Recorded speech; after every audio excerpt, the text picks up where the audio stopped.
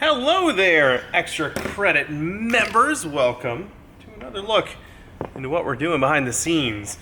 We are currently waist deep in our Code Geass mask. This is the visor. We vacuum formed it, we tinted it. It's almost ready to go in, but I wanted to do a test. This is one of the test vacuum forms that Brittany did, also tinted while we were doing this one. And I want to chrome the inside of it. A good way to do that is with this stuff.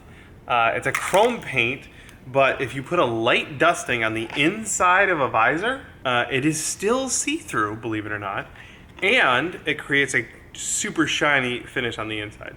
So I'm gonna load this in the airbrush and try it on this test piece to see if it looks the way I want it to look, to see if I can still see through it. And if it looks awesome, then I'll do it to this one.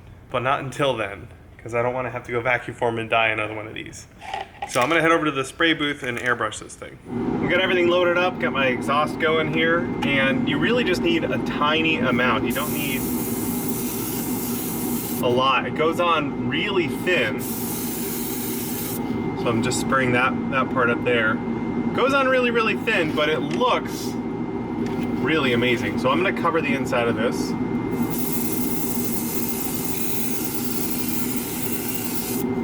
Just like that. That's all I'm adding for now. Just a tiny bit. See how we like it. Right off the bat, I cannot notice much in there. I can definitely still see through it. So I'm gonna go a little heavier. All right, that is thoroughly covered.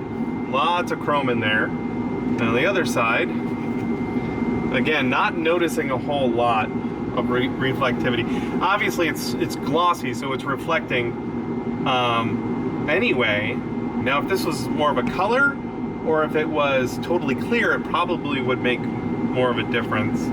We did a Samus helmet, a Metroid helmet a while ago on a piece of green plastic, and that was really, really obvious, but I'm not, let me see, I can still see through it. Here, I'll show you what it looks like.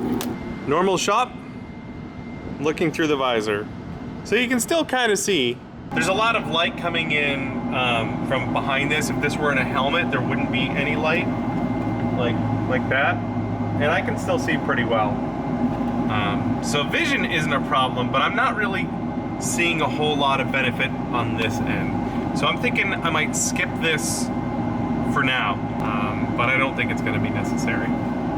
Thank you for joining me on this edition of Bill Tries Things That He's Probably Not Gonna Do. Just to be thorough, I'm gonna compare it to the unpainted one here. So this is what I just painted, this is the one I didn't, and I'm not seeing a huge difference in how reflective either one is.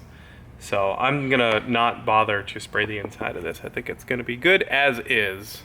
Brrr. New project!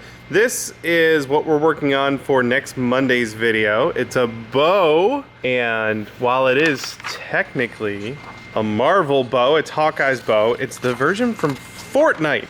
And I love that they did this crossover event where you can run around and get all the Avengers weapons and then use them to destroy one another. So that's what I'm working on. This is all foam.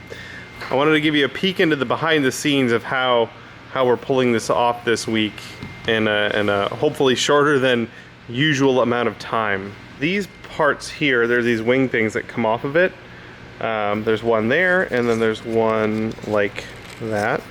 And there's one of these on either side, and I'm cutting them out of styrene plastic. This is 1/8" styrene. But total, I need 1, 2, and then 2 on the other side, 3, 4, and then on the other side, 4 more. So I need 8 of these things total, 4 of each. And in the video, I'm gonna show how to cut them out on the bandsaw, like most people would do. However, we're in a lull right now. Brittany's working on something in the office, so we can't film right now. Normally, I will work and Brittany will film, but we can't do that right now. However, I still wanna stay productive on this build. So, I have these vectors that I drew for this project, and I am laser cutting these parts right here. That way all the bulk of the work gets done, and it gets done quickly, so that we can move on. But also, we don't need to film laser cutting. We're doing other laser cutting in this project. Some of these parts are gonna get laser cut, which is really cool looking.